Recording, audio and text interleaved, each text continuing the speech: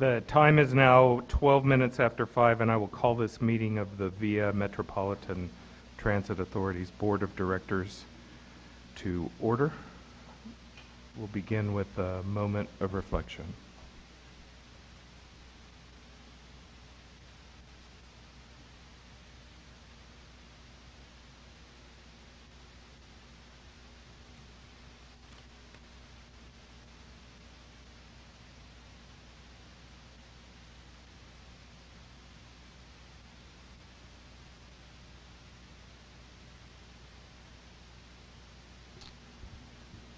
We'll now say the Pledge of Allegiance led by Mr. Pitch. Pledge allegiance to the flag of the United States of America and to the republic for which it stands, one nation, under God, indivisible, with liberty and justice for all.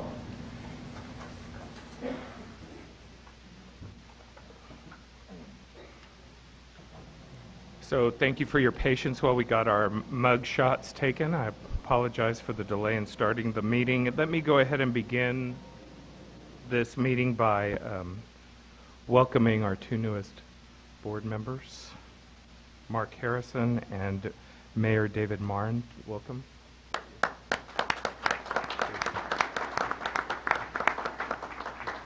I hope that your experience on this board is as joyous and as significant as mine has been. I've had a great time doing this, and I welcome you to this board and look forward to at least working with you for one more month. All right. Any announcements, Mr. Arndt? Yes, please. First of all, I would like to introduce Marcus Peoples. Marcus, please stand up. He is our Vice President for Human Resources, has come from Houston, where great people come. I hope that your service here will be as joyous as mine is. Thank you.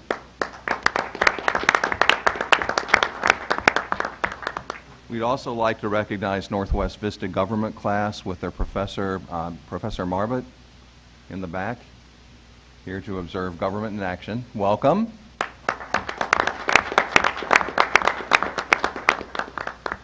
I also have some additional employee recognition, and I want to start out with an employee recognition for heroic effort. And of course, I believe that our operators and our mechanics put out forward heroic efforts every day in fielding our service, but this was an extraordinary effort, and so first of all, we'd like to recognize bus operator Jason Weberg. Jason, come on up. We have a plaque. I'll join you up front for a picture shortly. On January 1st, New Year's Day, Jason had just been relieved off his run and was walking to his next bus assignment in our downtown. He saw a man running across Commerce Street with a purse while people were yelling that the man had just stolen the purse from a customer at a nearby store. Operator Weberg chased after the individual and detained him until SA police arrived and arrested the man. Mr. Weberg caught the attention of an onlooker, store owners, and the media, and was subsequently interviewed by WOAI, and the segment was aired. Mr. Weberg also was contacted by the store owner in gratitude. He came to us recently after serving as an operations sergeant in the U.S. Army from 1990 to 2011. Thank you for that service as well, and has been with VIA since 2/9/2012. Thank you very much for being our hero.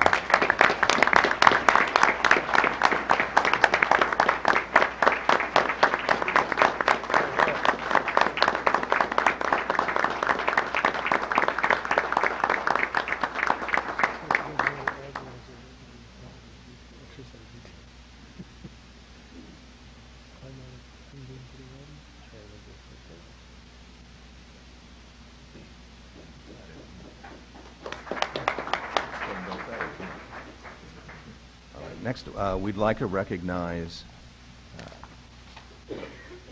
that our finance department and our pension plan received recognition. Thank you. Certificate of Achievement for Excellence in Financial Reporting was awarded both to VIA Metropolitan Transit and to the VIA Metropolitan Transit Retirement Plan by the Government Finance Officers Association of the U.S. and Canada for its comprehensive annual financial report, or CAFR. I've never really known what that stood for, but I've heard of it a lot. The Certificate of Achievement is the highest form of recognition in the area of governmental accounting and financial reporting, and its attainment represents a significant accomplishment by government and its management. So we'd like to ask both Steve Lange on behalf of Finance and Orlando Gallegos on behalf of the retirement plan to come forward. We have plaques for each of you two.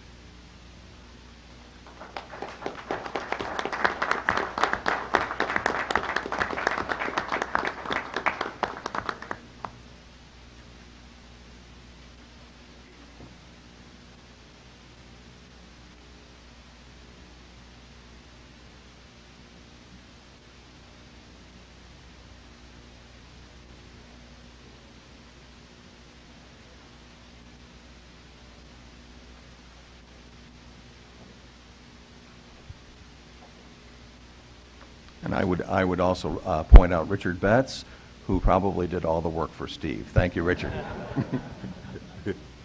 And finally, on the consent agenda, we have the calendar for board and committee meetings throughout the year. And I would just call attention to the fact that next month, our February 2014 board meeting on February 25th will be conducted at the West Side Multimodal Transit Center. And so just bring everybody's attention to that. And that's my report. Thank you, Mr. Arndt. Item number 4, citizens to be heard. Mr. Chairman, we have 3 citizens to be heard tonight. The first citizen is Candy Ramirez. Good afternoon, ladies and gentlemen. My name is Candy Ramirez, and the reason I'm here to speak to you today is my family owns a property at 5 Points, which is on your agenda today for consideration.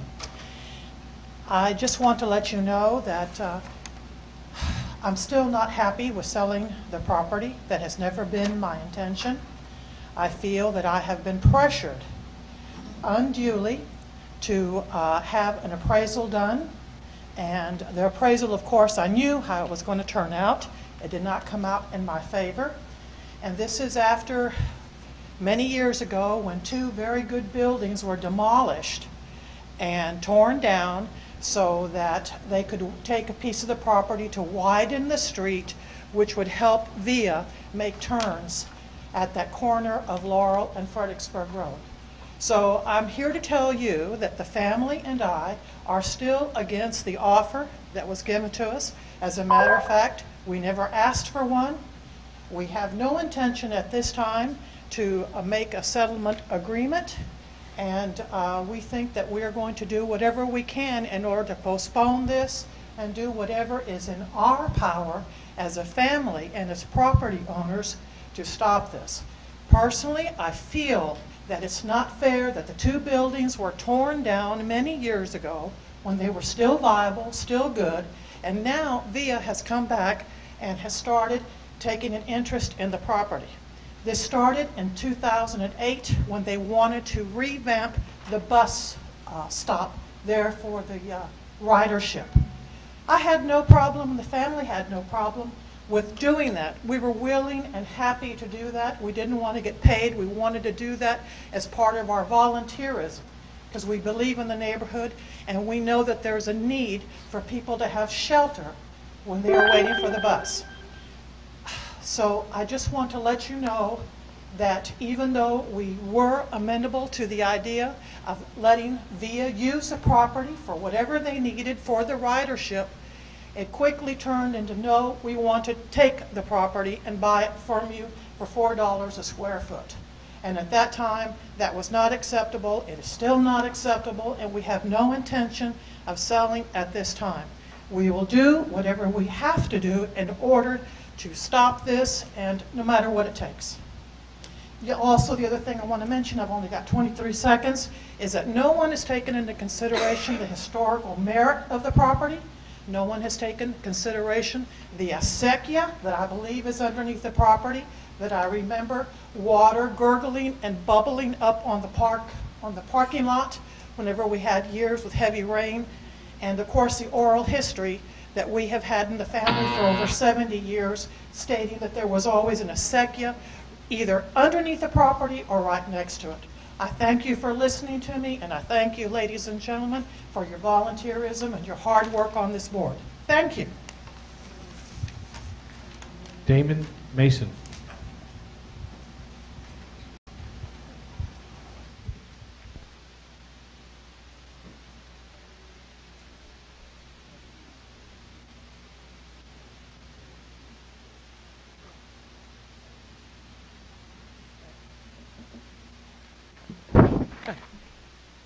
VIA Trustees, many salutations. It is I, Dan Mason. I hope that winter break 2013 has gone over well for you. Hopefully better than these flimsy 31-day patterns have gone. VIA, for the life of me, I'm having trouble figuring out, having a hard time figuring out why you felt the need to ruin a good thing you had going. The whole reason I embraced the monthly Big Pass is because I can display it for the driver while embarking an awkward payload aboard the motor coach. And contrary to the 31-day pad, I'm back to having struggle to have the pads in hand while also struggling with the awkward payload. Fortunately, I have it easy because groceries in the car do not have a mind of their own. Still, you do have among your passengers parents with small mobile kids that are difficult to keep in hand since you demand folded the very ambulances that would have helped with this problem. I would really love to lead you into the main objection I have with the 31-day pass. Still, before I do that, I wish to point out the existence of two transit coach manufacturers, Gilling Corporation and El Dorado National California, complete with website material which I have with me and I've already shared with Mr. Glasscock. Please excuse the rather clumsy printing job with the advertisement for El Dorado National Access Motor Coach. I do have PDF files from which I was drawn that I can submit electronically at a later date. That data should be some real food for thought going forward. The feature presentation of the 31-day pass, the presentation features the 31-day fair pass, the principal objection of which lies with its clumsy corporeal form. To help put this in perspective, I shall import the assistance of this green dot money pack and along with this Let's Spin Reload pack.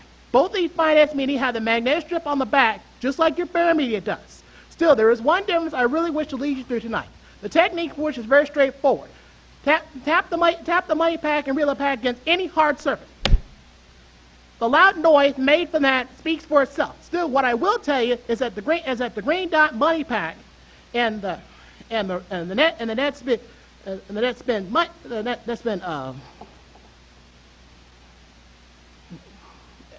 that green dot net spin really knew what they were doing when they created that finance media. The service fees from the money pack and reload pack should be visible in the upper right corner at the front. The $4.95 and $3.95 respectively. VIA, the whole moral story is that it is possible to create fair media at a higher par than what you did. I insist on creating fair media at that par. Both the money pack and the reload pack do a good job of holding the cash value which to add to a prepaid debit card for a fair price. In contrast to eFair 31-day pass. Considering its structural deficiency and the difficulty of keeping it at hand, along with the clumsy transit service in general, I would praise that fair media being worth at most $5. VIA, charging me $35 for a card that's only worth at most $5 is highway robbery. Either make 31-day pass dirtier or give everybody a retroactive $30 rebate and charge only $5 for the 31-day pass going forward. We're not making the kind of funds where we can afford these kind of prices. Furthermore, even if cash is not the issue, why would anybody even sense voluntarily buy into this highway robbery more than once after seeing what kind of company VIA is? Ferris Hodge.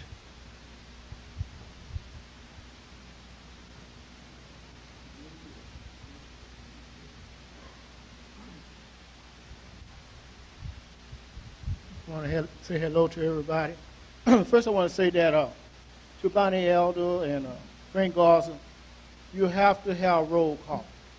Frank, you know better. You work for the city 25 or 30 years. You go to the city clerk's office, a meeting right now, if they had a meeting, they would have roll call. Second of all, Mr. Arch, you cannot move the board meeting over there to that west side module. Your VIA buses don't go there, and it's not safe to be walking there.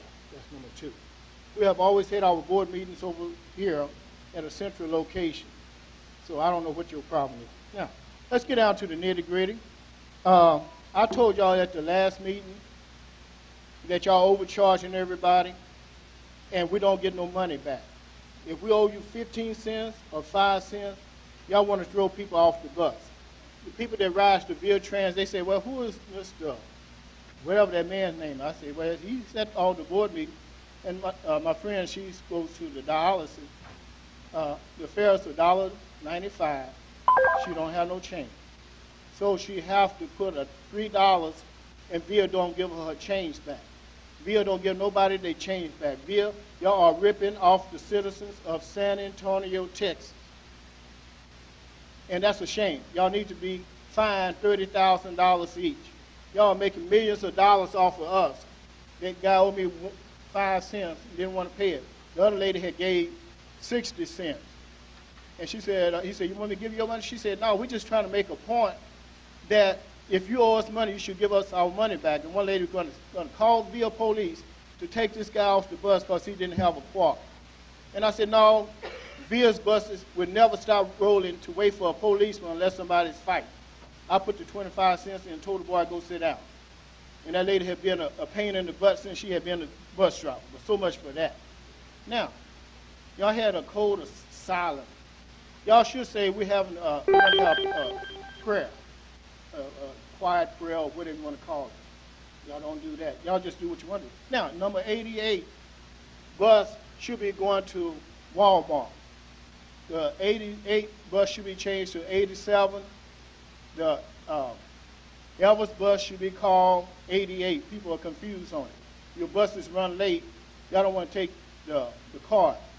Y'all are ripping us off. That fare box is a joke. You swipe it 5 or 6 times, and then y'all's drivers have to punch it every time you swipe it because that will show that we didn't pay anything. And that's a joke. I said from day one. The Primo bus is a joke. You bounce up and down. My back was hurting. I thought I was having a heart attack, and I told the driver, I said, man, stop the bus a minute. He said, what's the matter, Mr. Hart? I said, I'm about to have a heart attack. He said, don't sit back there. We know you're about to have a heart attack. So much for that. And Mr. Hart, I'm going to have to get with you on about 75 things that VIA is not doing right. And I had to get with the other CEO before you came, so I'm going to have a meeting with you and your staff. And some of y'all staff, wait, one more thing. Priscilla Ingram is doing an outstanding job and her staff. I needed some information, she gave it to me, so I want y'all to give her the big pay raise when the time rolls around. There are no more citizens to be heard. I'll see y'all at the next meeting, but please don't go to West Side Margaret, whatever you do. Because no buses going there, and I'm not going to walk over there in that dangerous area. Item number 5, consent agenda. Do I have a motion for approval? I have a motion for approval by Mr. Lee and a second by Ms. Thompson Garcia. All in favor? Motion passes. We're going to take this agenda slightly out of order. The time is now 5:32, and the VIA Metropolitan Transit Board of Trustees will officially go into a closed executive session. The items we will discuss during this executive session are as follows. Item number 10, entitled Real Estate. Discussion and possible action of the status and acquisition of the following: a .324 acre tract of land situated in the city of San Antonio, Bexar County, Texas, being the remainders of Lot 6 and Lot 12, NCB 1917, located at the intersection of Fredericksburg Road, West Laurel Street, and La Harpe Street, and commonly referred to as 5 Points. And B, discussion of possible sites to locate a transfer center in and around the Naco Pass area of San Antonio, Texas, on the northeast side of town, which are executive session items pursuant to the Texas Government Code Section 551.071, entitled Consultation with Attorney, and Section 551.072, entitled Real Property, and Item 11A, entitled Legal Briefing. A, discussion and possible action on the status of the following litigation regarding VIA Metropolitan Advanced Transportation District et al., cause number D-1-GN-13-004-230 in the District Court of Travis County, Texas, 126th Judicial District, which is an executive session item pursuant to the Texas Government Code, Section 551.071, entitled Consultation with Attorney. All persons who are authorized to attend the executive session, please proceed to the small conference room. It is now 6 minutes after 6, and we are officially coming out of a closed executive session regarding agenda items 10A, 10B, and 11A. No deliberations of public policy or vote taking occurred during this executive session. Chair recognizes Mr. Miller. Thank you, Mr. Chairman. Mr. Chairman, I make a motion regarding the proposed resolution. Whereas VIA Metropolitan Transit currently has a bus stop located at 819 West Laurel in San Antonio, Bexar County, Texas, which is more fully described on Exhibit A attached hereto and incorporated herein for all purposes the property. And whereas the volume of transit activity on the property overwhelms this location, and the transit use needs to be expanded to adequately and safely accommodate transit patrons and the VIA Metropolitan Transit System, and whereas to accommodate the transit uses and amenities needed for the system. Acquisition of fee simple title of the property is necessary to accommodate transit structures and related amenities. And whereas on June 25th, 2013, the Board of Trustees of VIA Metropolitan Transit held a properly noticed public hearing of at the VIA Metro Center, 1021 San Pedro, San Antonio, Texas, 78212, a location convenient to the residents of the area where the property to be acquired is located, and received public comment on the proposed acquisition of the property and property interest herein described. And whereas, after considering the comments made at the public hearing and all other facts and information determined pertinent, the VIA Board of Trustees finds that the acquisition of the property and property interest is necessary and proper for the construction, extension, improvement, or development of the system. As such, there exists a public necessity for such acquisition. Now, therefore, be it resolved by the Board of Trustees of VIA Metropolitan Transit. Section 1, the statements and findings set forth in the recitals of this resolution, including the exhibit referenced therein, are true and correct, and they are hereby incorporated as part of this resolution. Section 2, public necessity requires the acquisition of fee simple title to the property, either through purchase or by the process of eminent domain, for the public purpose of the expansion of the system. The Board of Trustees further finds that the public purpose to be served in and addressed by this resolution is paramount to any private or public uses that may be encountered in the property. Section 3, this resolution applies to the property and property interest shown on Exhibit A.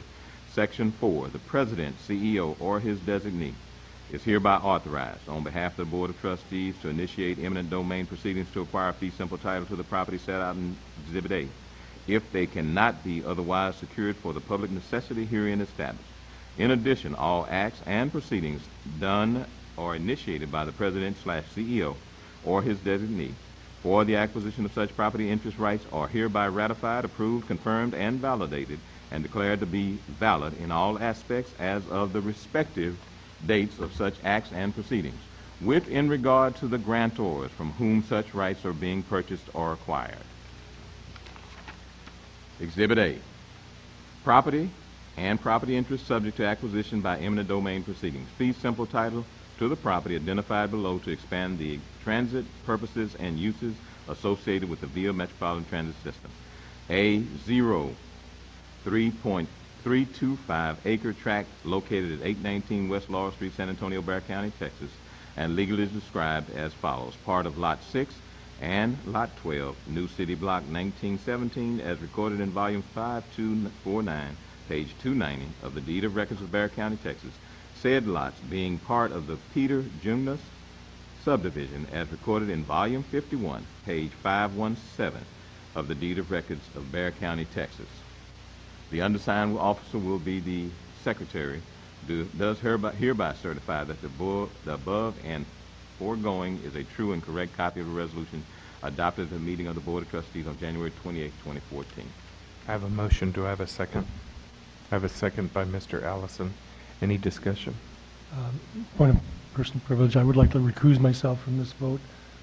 My wife sits as a commissioner on certain condemnation proceedings and has had interactions with attorneys.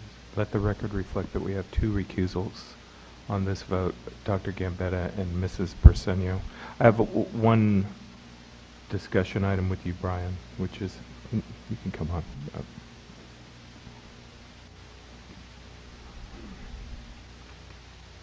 So I'm not sure that we're at this point yet, but as you proceed through the design of your facilities, as you begin to lay them out, when you are at that point from concept to the specific, that you all, in the record, I want it reflected that you all will agree to honor in some way and interpret the cultural history of that site, both whatever is related to San Pedro Springs and also to the family tradition on that side as well.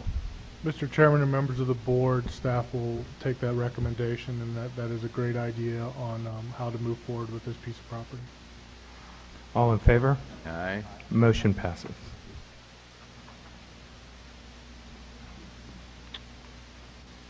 Well, the students are going to get two of the most exciting things that could ever happen in a public meeting: an executive session and now a presentation on our annual audit.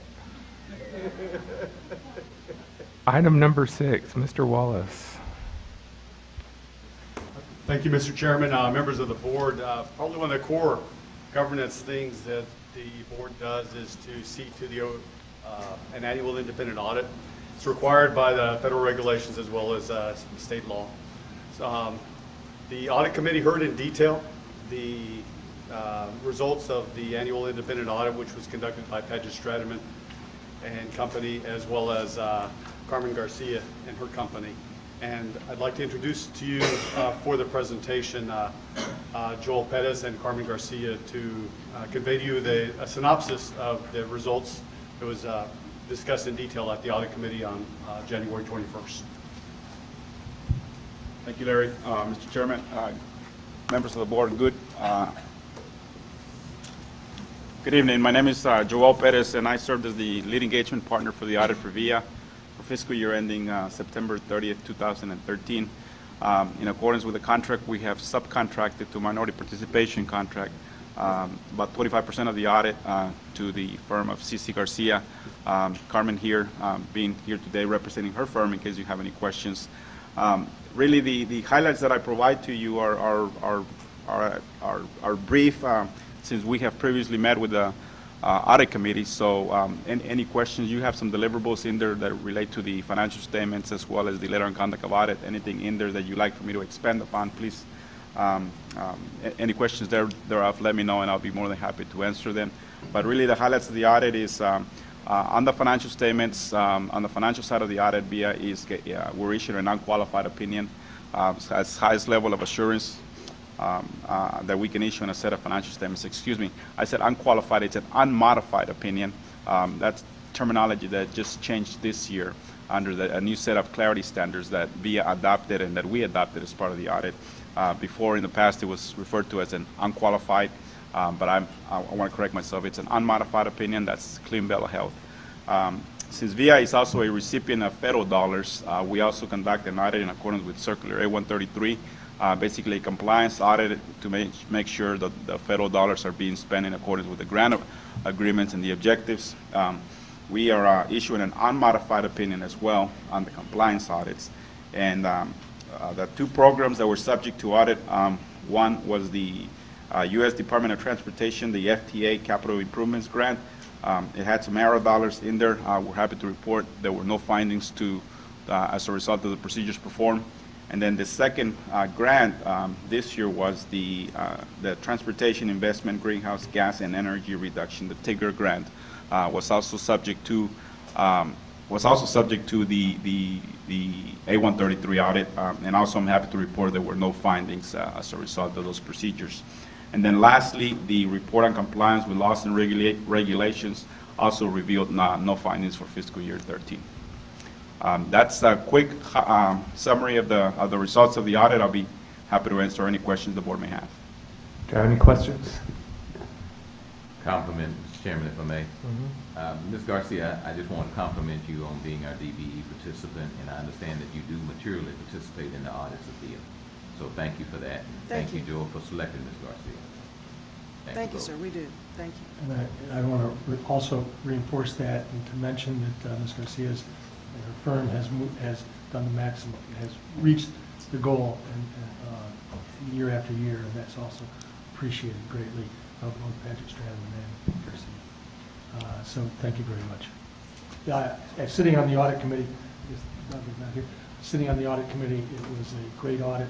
We were very pleased with the findings as we questioned various aspects. All were very satisfactory and excellent answers. So anyone else? Thank you. I'll say something too. I think it is kind of boring, but you really, when you're dealing with the federal dollar, right, and you year after year consistently come back with no findings, no irregularities, and a stellar performance, that is not the same condition of other peer transit authorities, even in the state of Texas. And we don't really pat ourselves on the back enough to say part of our efficiency, and when you hear people stand up here and talk about, maybe we're not so good, that's not true. And so I will say to you and to you and to you, all the people who administer these grants, thank you and congratulations, because it's a difficult thing to achieve year after year after year, and it's part of the national reputation that VIA enjoys. So, thank you all. Thank you, Mr. Chairman. Item number 7.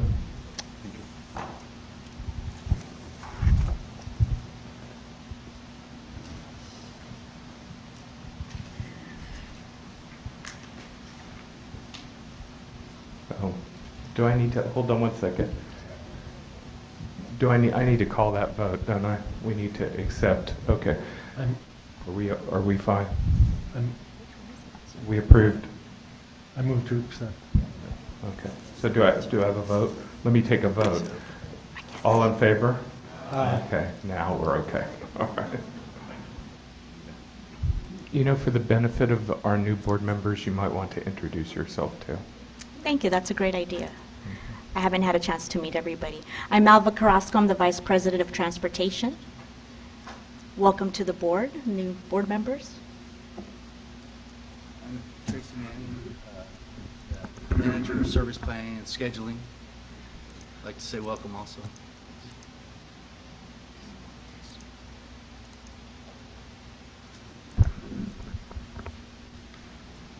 As we're looking for the presentation, I'll get started. The presentation is a visual aid, obviously.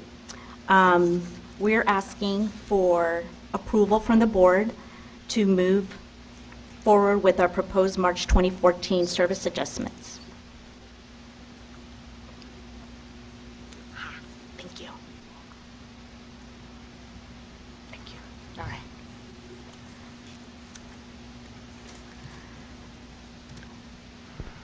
For this coming March, we have 14 service improvements. 12 are frequency type improvements, and those are targeted to some of the system's most productive hourly routes and other routes where adding capacity will help our ridership grow. We have one major minor service alignment, and these changes are consistent with our budgeted, our service budget, rather. This next slide just demonstrates our overall service map and the routes affected.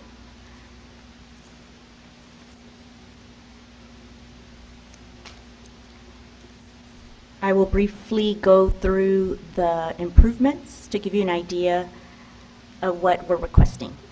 On the number 17 express route, we're adding one trip in the morning to help us with our morning peak, to assist with our providing more capacity. On our 24 route, we have a minor rerouting in the vicinity of the Ellis Alley facility. We're just making it a little bit more efficient going around that area. The 524, we're improving reliability during the transition from non-peak to our evening service. On the 619 and the 620 route, there are improvements on the weekday peak service, and it's going from hourly service to every 30 minutes. We also have frequency improvements on the 17, the 502, the 604, 613, and 616 routes on Saturdays during mid-peak. We're going from every 30 minutes to providing service every 20 minutes, also to provide more capacity and frequency to increase ridership. Also on the line 17, the 524, and the 632 routes, there are improvements for Saturday frequency also during mid-peak, and also going from 30 minutes to every 20 minutes, also to improve capacity and ridership. And lastly, the line 28, 76, and the 90 pair, improving the Sunday frequency during mid-peak from every 30 minutes to every 20 minutes to provide needed capacity. On the minor route change for the Route 24, the current map is on your left side, and it just shows going in and out of that area. We use a different route. The new route modification will just use the same street. to go back and forth. This improves efficiency and gets rid of a couple of unneeded turns. A public hearing was scheduled on January 9th. We had positive comments from those who attended. Mr. Manning has prepared a service change equity analysis for the FTA for review. We asked today for your approval to implement the changes in March. And once the service improvements are made, we will monitor the ridership affected on these routes and make any adjustments as necessary within our budget constraints. Any questions? Do I have a motion to approve these changes by Dr. Gambetta? So moved. I have a motion. Do I have a second? I have a second by Catherine Thompson Garcia. Discussion? Just like to say that this is all increasing the frequency of service, no decrease of service. I don't think I've ever sat through one of those. Usually there's a mix, so this all seems to be good news. It's all positive, yes. Anyone else? All in favor? Aye. Motion passes. Thank you. Thank you and Happy New Year. Item number 8, Dr. Mendoza.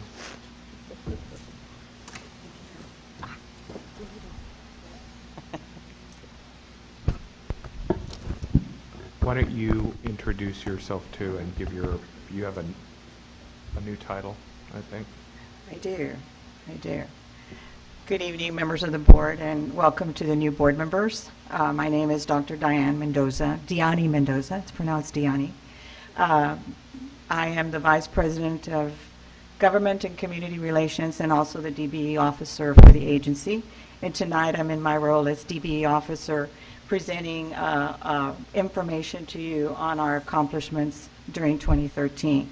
With me at the dais this evening, it seems like morning. We've been in this room all day long with the Fair Contracting Coalition. So Ashley Ramirez is with the procurement department, and because of Terry Dudley and his staff, she plays a very important role as a contract administrator, but also has become kind of the guru on our B2G Now software. To my right is Eddie Cruz, and he is the administrator for contract compliance in the DBE office, and they are with me this evening. And it is, I just saw it.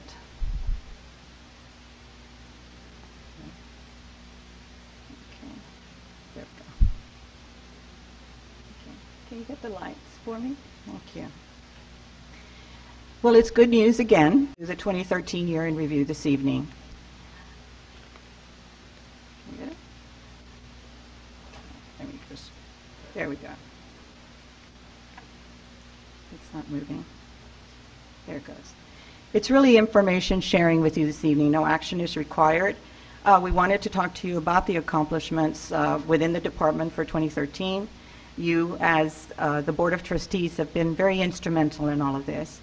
I think that what we have heard from the Federal Transit Administration folks that we work with is that we're kind of innovative in that we have, through your efforts, created a policy that is being modeled by many now across the nation.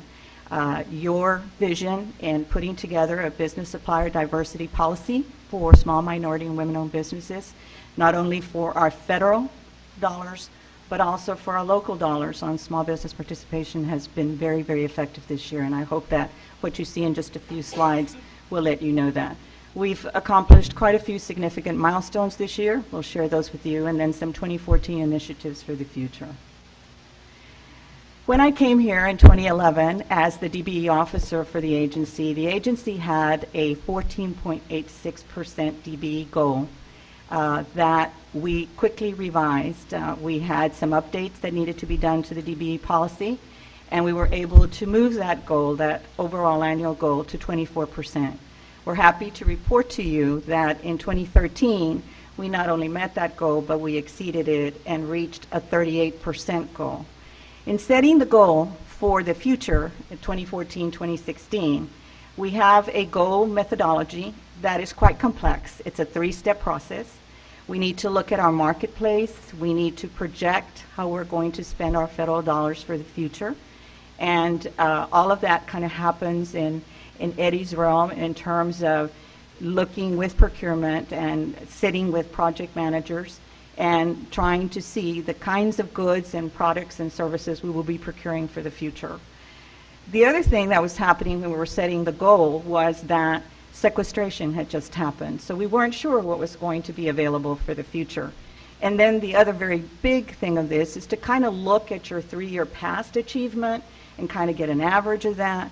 And then as you move forward, what are you going to do with that? And then, in addition, vet that and get feedback from the business community. We have done all of that. We have set the goal for 2014-2016 at 30%. Very ambitious. We were asked by the federal government when they were reviewing the goal just several weeks ago why it wasn't 38%. And basically we went back to the average of the 3 years, which was 26%. That's what we really achieved.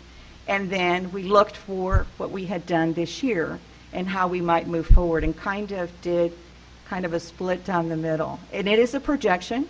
I do want you to know that we can always adjust it with the federal government. This is a moving target, but it's the target for us that has been approved. And we were just told a week ago that it was approved by the federal government. I think when I went to the OOF, it had just the day before been approved.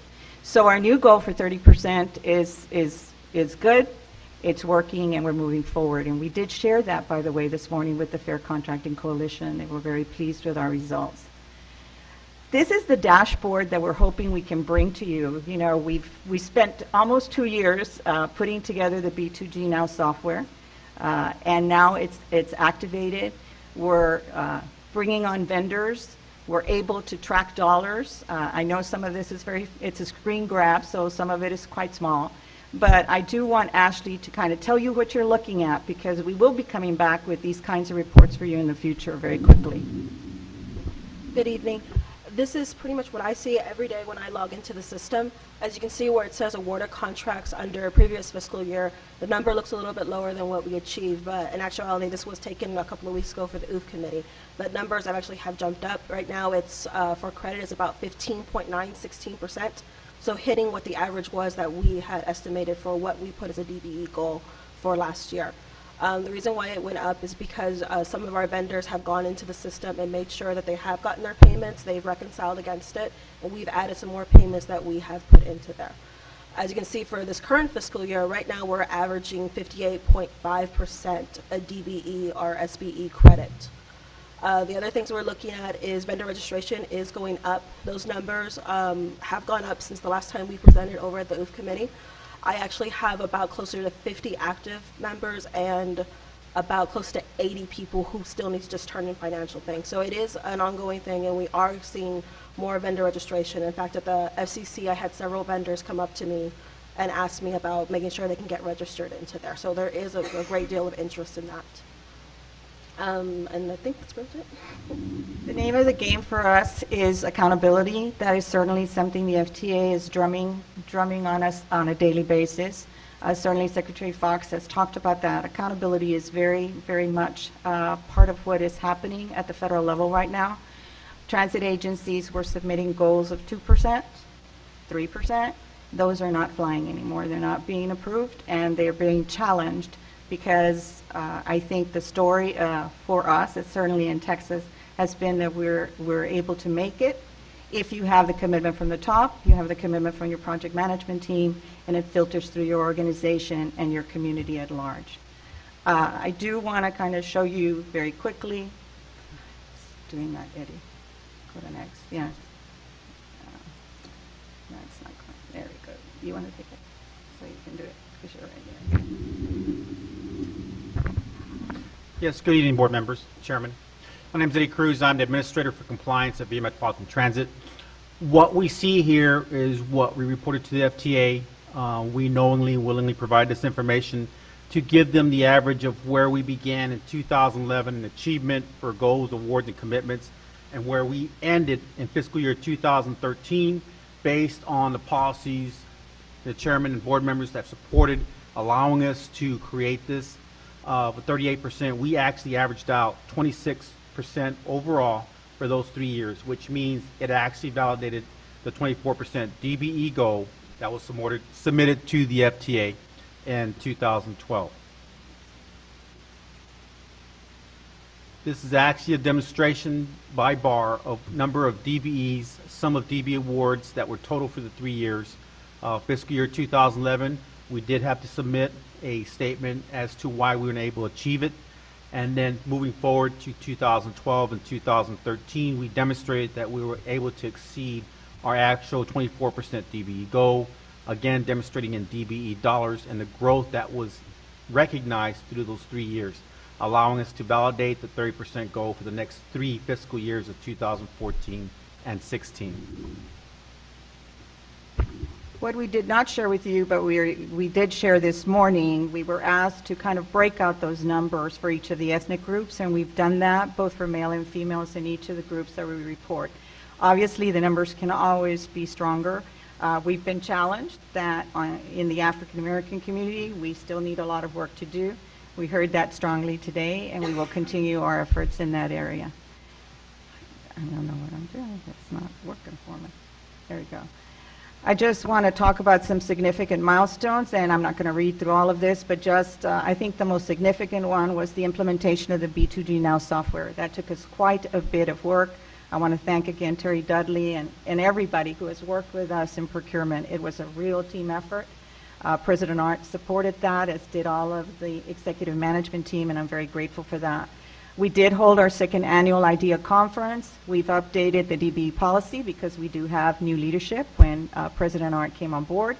My title has changed. Anytime there's a major title change or anything like that, it must be updated to the federal government.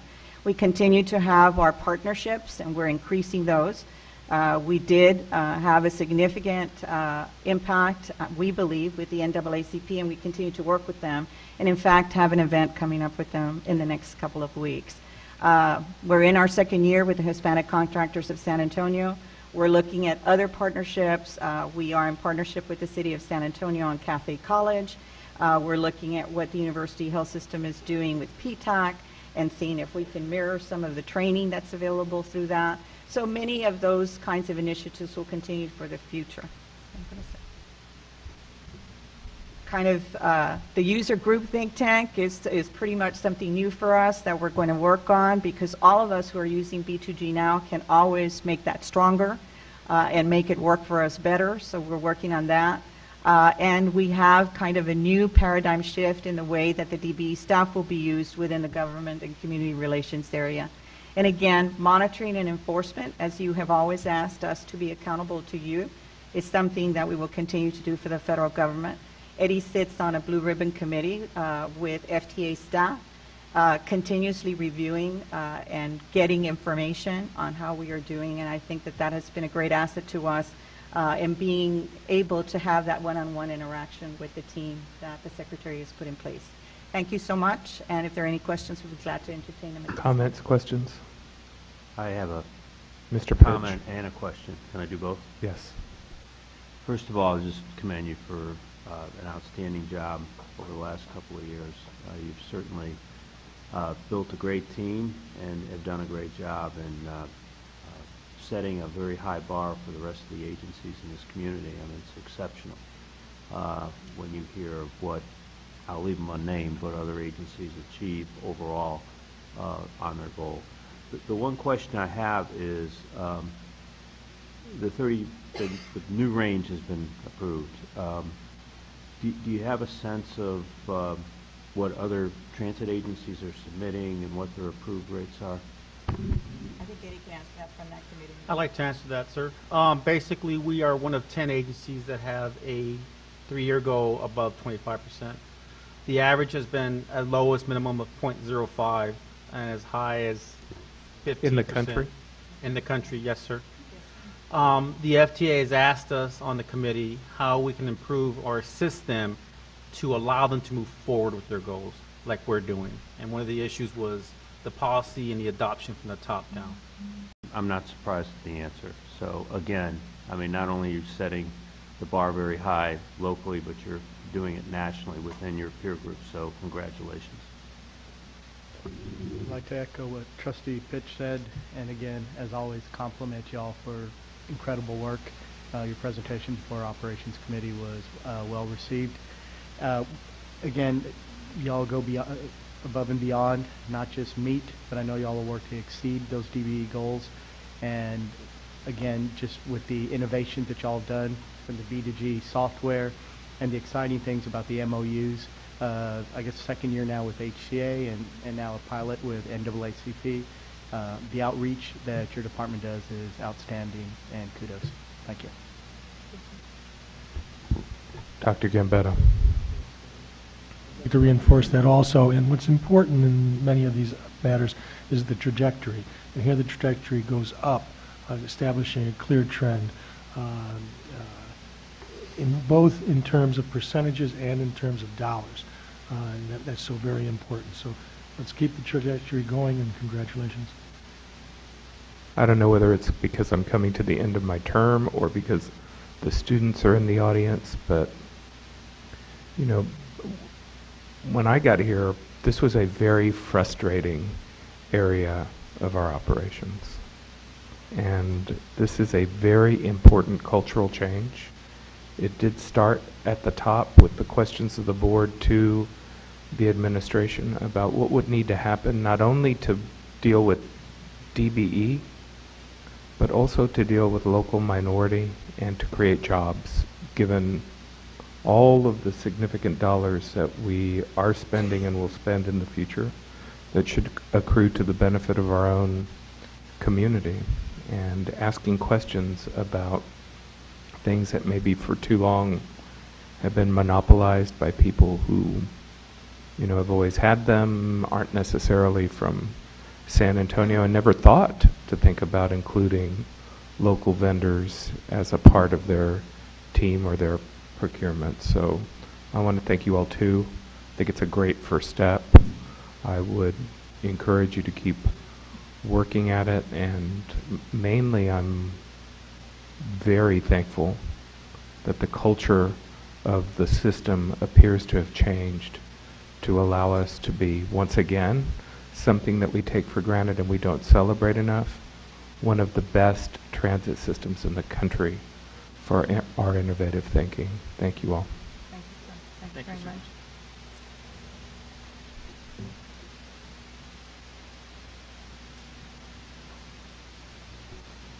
Item number 9, Clay. Can you do the same thing, please? Can you introduce yourself to the new board members?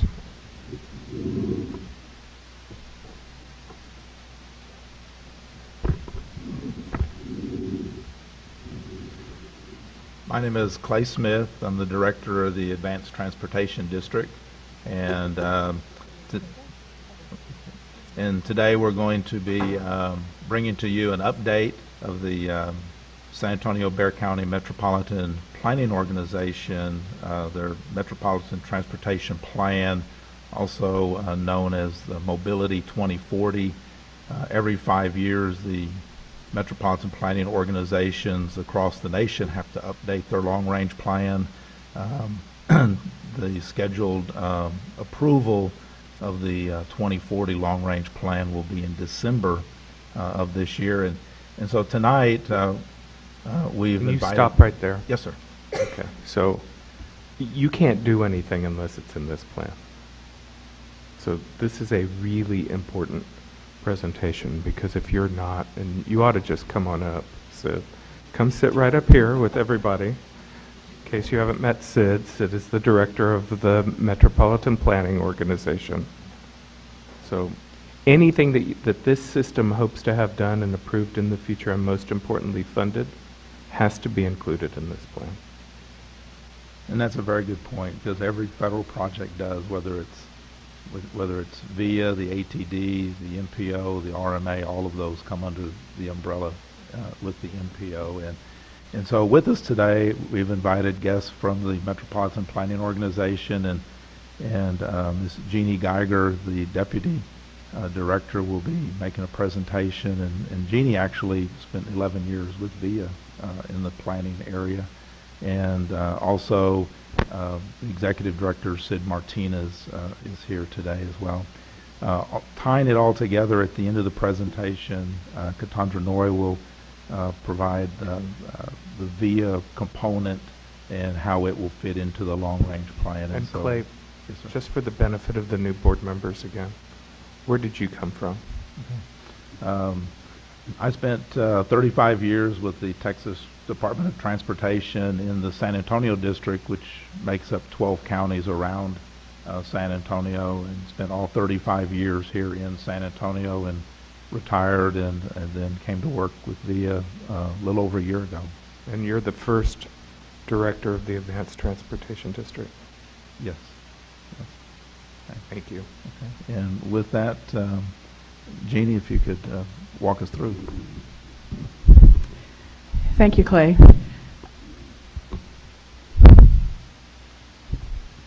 If we could just add one thing before this. We're going to let you talk, I swear, Jeannie. So far, everybody's making the You presentation. raised an important part that it doesn't get done unless it's in there. And there also, Sid or Clay, Jeannie, if you would also explain there needs to be a fiscal capacity component Yes, associated that's with in it. here. Thank Yeah, you. I just wanted to, from the beginning, I think for new members, that's important to understand.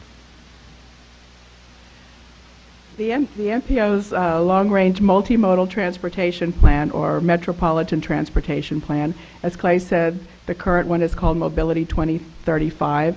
The plan that's under development will be called Mobility 2040, but it is a federal requirement. The plan addresses transit, roadways, bicycling, pedestrians, freight, traffic congestion, environmental issues, and contains a financial component. The MPO is tasked to formally update its plan every 5 years. The plan is a financially constrained plan, and as we always say, this is not a wish list of projects. We must be able to show that there's a reasonable funding source available to implement the plan, and that's not only capital projects, but also operations and maintenance of the system as well.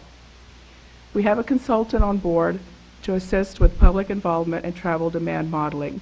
The technical portion of the plan is also overseen by a committee of all of these folks here. So VIA, TxDOT, all of the agencies have at least one representative representing that agency's interests in the development of the plan. The long-range plan is what we might call a 30,000-foot analysis. We're not engineering specific projects as part of this plan. That's not what it's about.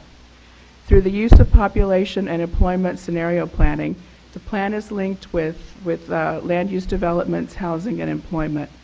With the expansion of the MPO boundary, our new partners, the cities of New Braunfels, Bernie, and Seguin, as well as Comal and Guadalupe counties, are part of the planning process. This slide shows a general schedule of the growth scenario development and evaluation process. Population and employment control totals out to year 2040 for Bexar County were approved by the MPO Transportation Policy Board in December 2012. After a series of public meetings in September and October of 2013, the Policy Board adopted a vision statement for the plan and goals and performance measures at their October 28, 2013 meeting. 3 growth scenarios reflecting population and employment are now being developed for further analysis. This is where we're at right now. Each scenario will be evaluated using our travel demand model, and the results are scheduled to be presented at our February 24th Transportation Policy Board meeting. Expected outputs for analysis are daily hours of travel delay based on congestion, the cost of productivity based on congestion, and estimated cost of highway and transit improvements to reduce congestion to a desirable level. The point of all of these bullets is that we can't build our way out of congestion, that we'll need to rely on other modes of transportation, transit, bicycling, walking, as well as probable land use pattern change in order to accommodate the significant amount of population growth that will occur in our region. And this table right here summarizes that growth. You can see that our new counties to our region, Comal and Guadalupe, will have significant increases in percentage, but that Bexar County will remain the population hub for the region. A few notes on the scenarios here. The 2040 population and employment controls, they will remain the same. Is that in the goals that are a part of this, the dealing with congestion by planning for alternative modes of? Yes. Okay. I can't quote specifically. But it's in very it's much a part of, it's institutionalized part of the in that. vision, part of the goals, and then the performance measures reflect the concepts also. The population and employment control totals will remain the same for each of the three scenarios, but what's changing is how that growth is distributed throughout the area. The scenarios are being developed so they are realistic, because we're going to ask our board to adopt one or some combination of them. So they must be realistic, but they must be substantially different in order to be able to reflect changes using our regional travel demand model. Each scenario will also consider what's called the master development plans that the city of San Antonio and other cities have on file, and they have shared that information with us. These are the developments that will likely be in place in that next 10 to 15 year time period. Again, here you can see significant increases in employment growth, large percentages of growth here, but Bexar County does remain the employment hub for the region. This slide generally outlines the three scenarios that are being studied. I like to think of these on a kind of a continuum of development, where this first scenario reflects the population trends that we've seen for about the past 15 years, which is lots of growth outside of 1604 and into those areas where the land is typically the least expensive. The second scenario follows a more recent trend that we've seen with the redevelopment of the Pearl area and additional population and employment in the Southtown area. That infill, that redevelopment has become, fairly common within the inner city, and scenario 2 reflects that. Scenario 3 is much different. What we're looking at is identified activity centers such as downtown, such as the medical center, such as the Forum out 35 and 1604. There are several others throughout the region. And what we're looking at doing is focusing population and employment at those activity centers. The activity centers are not thought to be a whole bunch of residential development, but residential, employment, places for recreation. It's what we would call a complete community, offering all different types of development. Use the travel demand model to evaluate the three different scenarios. We'll be looking at vehicle miles of travel, mode choice, who's using transit. Do we have any carpooling activity going on? One of the objects is to find that jobs and housing balance. So where people don't need to always reach for a single occupancy vehicle to make a trip. And we already know that in some corridors, in particularly Interstate 35, we're already behind the curve on congestion, similarly to Loop 1604 and 281. So probably regardless of the scenario chosen, there's still going to be congestion in those corridors. And in fact, with as much growth as we have in this region, we're developing performance measures, but we may not be able to reduce congestion. We may be able to just maintain congestion on a per capita basis, for example, that we have today. Because of the growth, we just may not be able to reduce it. And that's just, that's a fact that we're dealing with.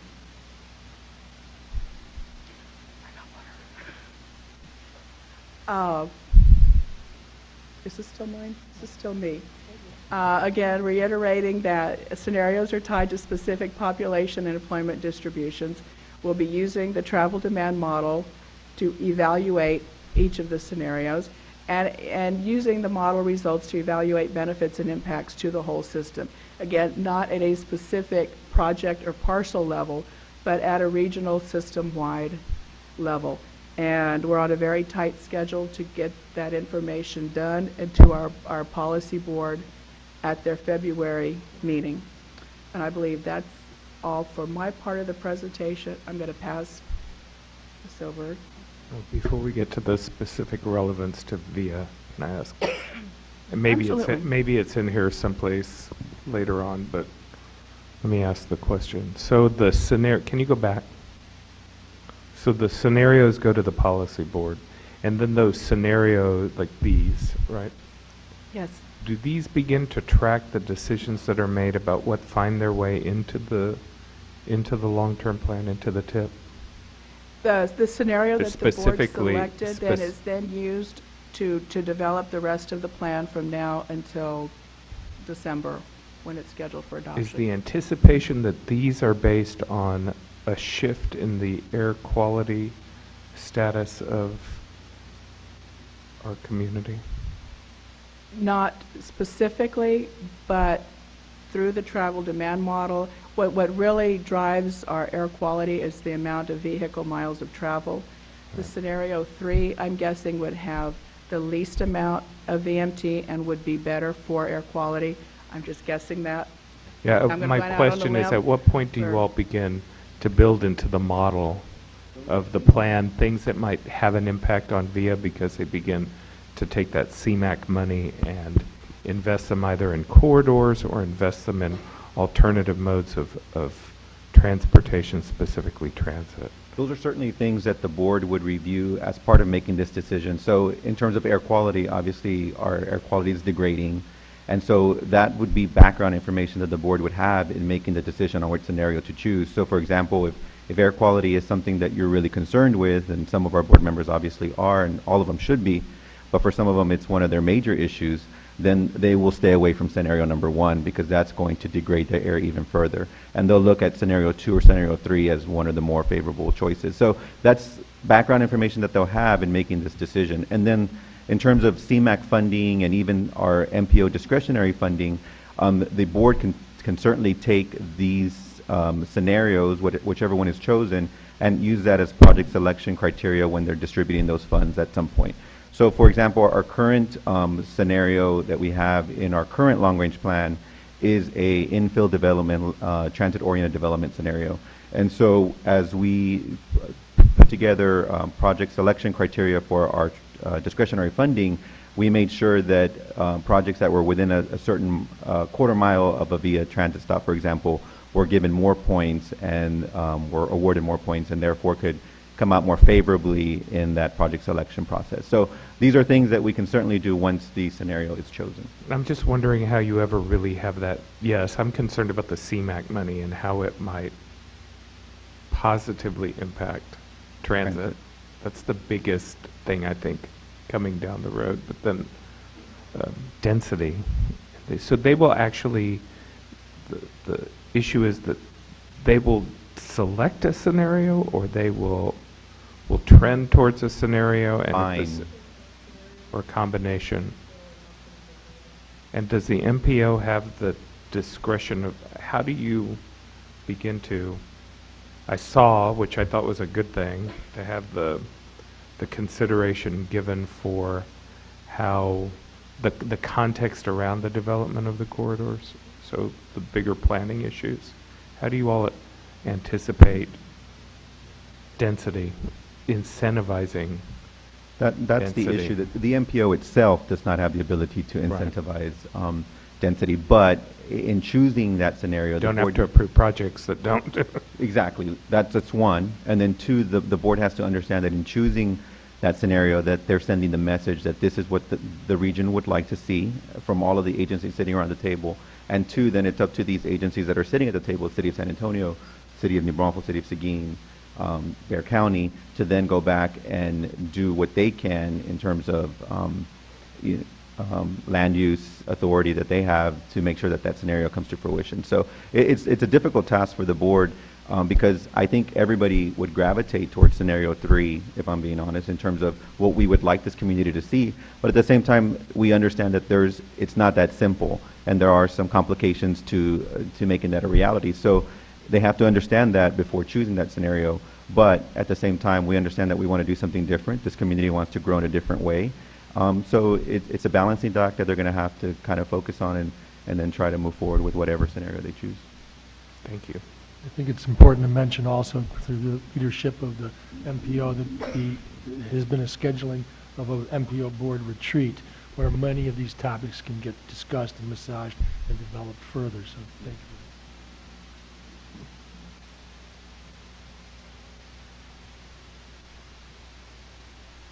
One more. Good evening, everyone. This is the part where we talk about how it applies to VIA. My name is Katandra Noy. I am the planning manager in the Bus and Rail Strategic Planning and Project Development Division. So in this slide, one of the biggest reasons that we pay a lot of attention to this is related to funding. And one of the major ways that we fund our large-scale capital projects is through the New Starts and the Small Starts programs. The ridership that will be projected and put in those applications will be from an MPO-adopted regional travel model. So it is important for us to participate in that process because the FTA recognizes the MPO adopted model as the one related to the ridership projections. Also, in applying for FTA New Starts and Small Starts funding, VIA will need to provide information in the application process related to mobility-related and land use-related policies that are in place at the regional and corridor levels. Also, any proposed capital project, as the chairman mentioned earlier, would need to be included in the adopted and physically constrained TIP. Thanks, Jeannie. The other piece of the equation is, of course, the building out of our long-range plan that you adopted a couple of years ago.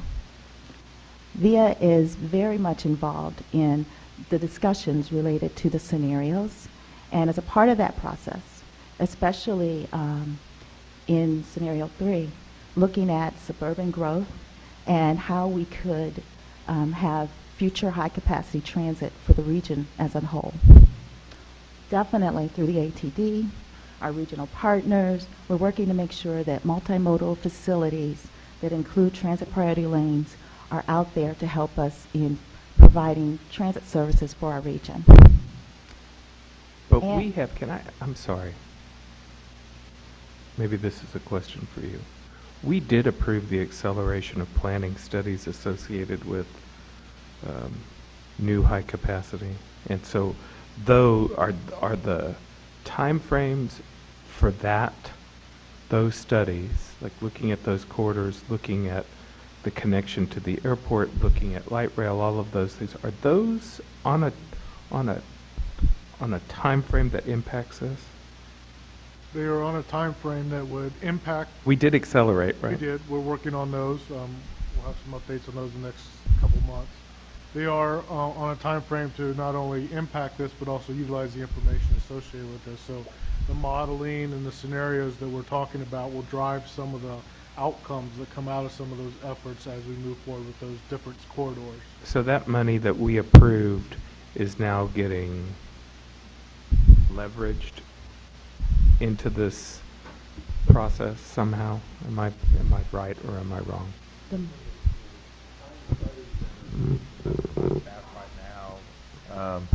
We'll be taking into effect all of the land use development. What we see coming out of this long-range plan. The old VIA had a long-standing tradition of its timeframes not matching up with the development of these significant plans. Then you miss the boat and you say, oh, we have to wait another 5 years. They did a federal reauthorization. We weren't ready for it. I just want to make sure that what we accelerated is working its way in, and that these things that create real multimodalism beyond streetcar are in the plan when this extra money gets there so that people can consider it. Mr. Chairman, I don't know about the old VIA. I know about the new VIA. And the way that this process is being layered is that we have the corridor analysis and all those additional studies that you're referring to. They've started. And so that they will intersect with the time frame when this new model is run. And so the mode share analysis will take all of that into consideration, and the schedules have been laid out for it. So we will be ready. And Sid and Jeannie know that these are coming. We did a presentation at the MPO TAC related to the studies. Yeah, I was just going to say that there was one of the best graphic models, visual models that I'd seen that was presented at the MPO meeting. I want to congratulate all of you on that. Thank you. And the other piece is related to the activity centers, and that really lends itself to the discussion related to scenario 3 and how the activity centers support current and future transit investments.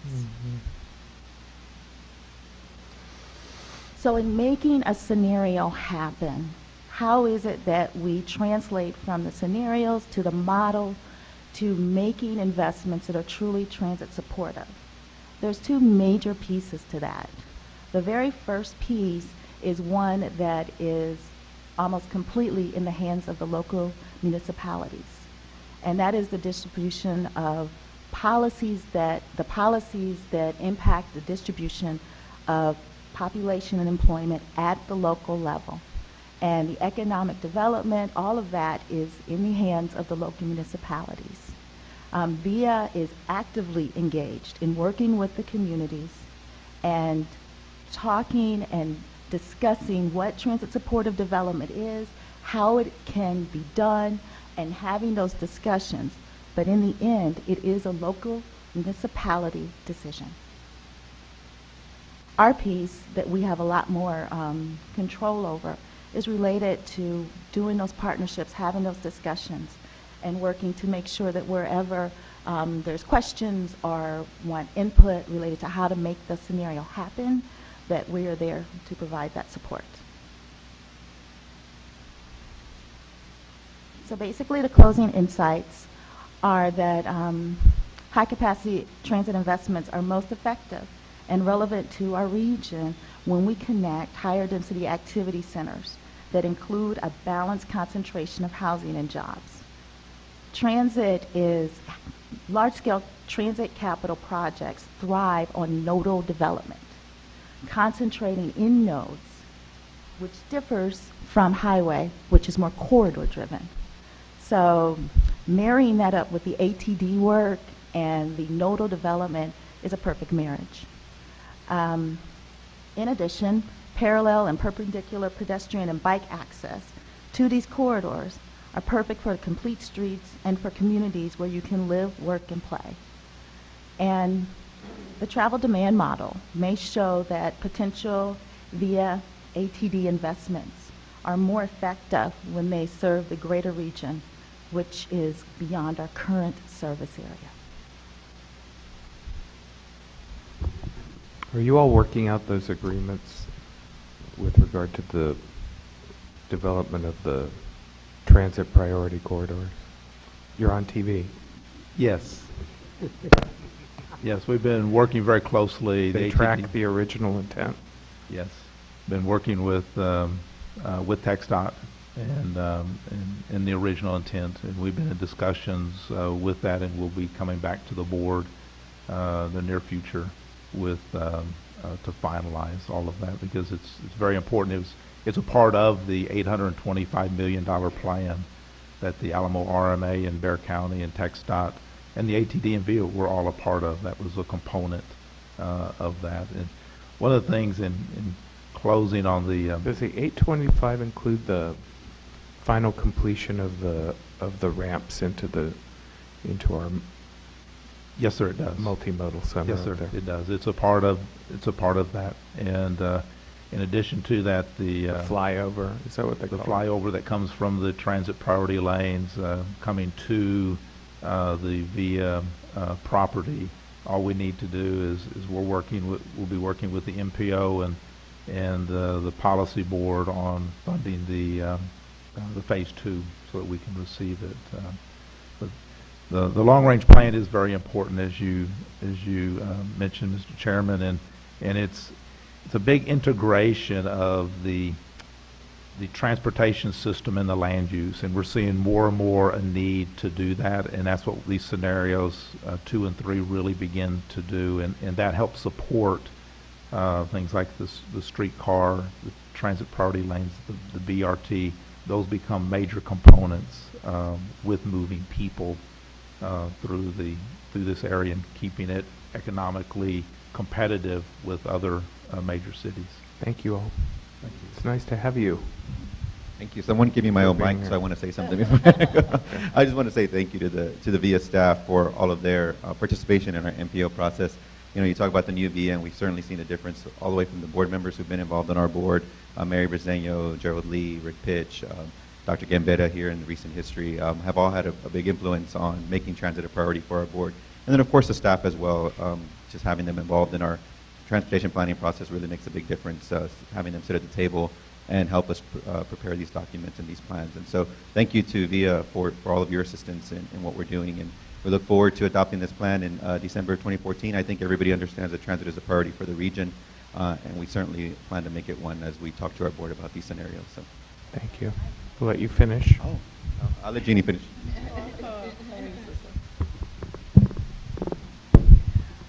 We do have our second round of public workshops scheduled. We have 6 scheduled now. I don't know if we have those up on our website yet. We can certainly get those out to everyone. In March, we'll be asking the Transportation Policy Board to select one of the growth scenarios for use in the plan development. So we had a presentation to them yesterday. We'll have another presentation to them February 4th. We'll do some public input.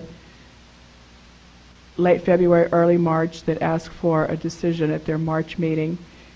In September of this year, we'll present a draft financially constrained project list, do a final round of public involvement in the September-October timeframe.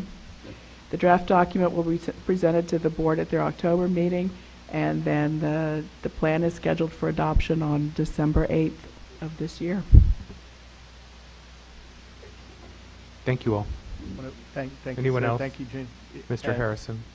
Before you get up, being a new board member, I'm glad to see that we are looking at transportation needs in a regional sense.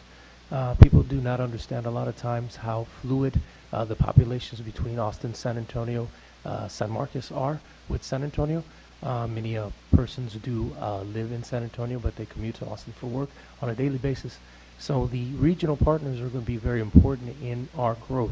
And that's something that's going to happen. If you want to think about large cities called metroplexes, if you think about Dallas-Fort Worth, there's a lot of fluid between those two cities. San Antonio and Austin are not going to be any different. So I look forward to working with you in the near future and giving me as much information. I hope to give you as much technical knowledge as I can with this particular matter. Thank you. And I'd like to thank you. Mr. Lee. Sid, Jeannie, thank y'all for coming. We had the opportunity on MPO to hear this presentation yesterday. And if I think I've learned anything on time with MPO, it's fiscal capacity. And I'm glad you had the opportunity to explain it to some of the board members, especially some of the new board members. So as y'all stated, it's not just a wish list. We have to show where those dollars are going to come from. So thank y'all for taking time. Anyone else? Catherine?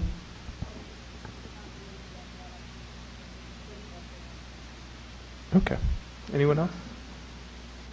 I think that's our last item of the day. We've dealt with item number 10 and item number 11. So before we adjourn, Catherine? Yes, under good and welfare, but I would like to thank VIA for their participation in the Martin Luther King March. This past January 16th through 21st, the National AFL-CIO came here for their Martin Luther King Human and Civil Rights Conference. Many of them rode the bus downtown, but they rode it to the east and the west and the north and the south to go to many of our, take their children to many of our historic landmarks. They spoke very highly of the bus service here, especially downtown. They spoke very highly of being able to get back to their hotel after they got on the wrong bus and the friendliness of our drivers. And I want to thank you for your participation in that march. Thank you. Thank you. Do I have a motion to adjourn? I have a motion by Ms. Thompson Garcia and a second by Dr. Gambetta, we stand adjourned. The time is now 7:12, and we'll call this meeting of the Board of the Advanced Transportation District to order. Are there any announcements, Mr. Arndt? Item number 3, consent agenda. Do I have a motion to approve? A motion by Mr. Miller and a second by Mr. Lee. All in favor? Item number 4, no one wants to hear from you again, Clay, so I assume that's okay.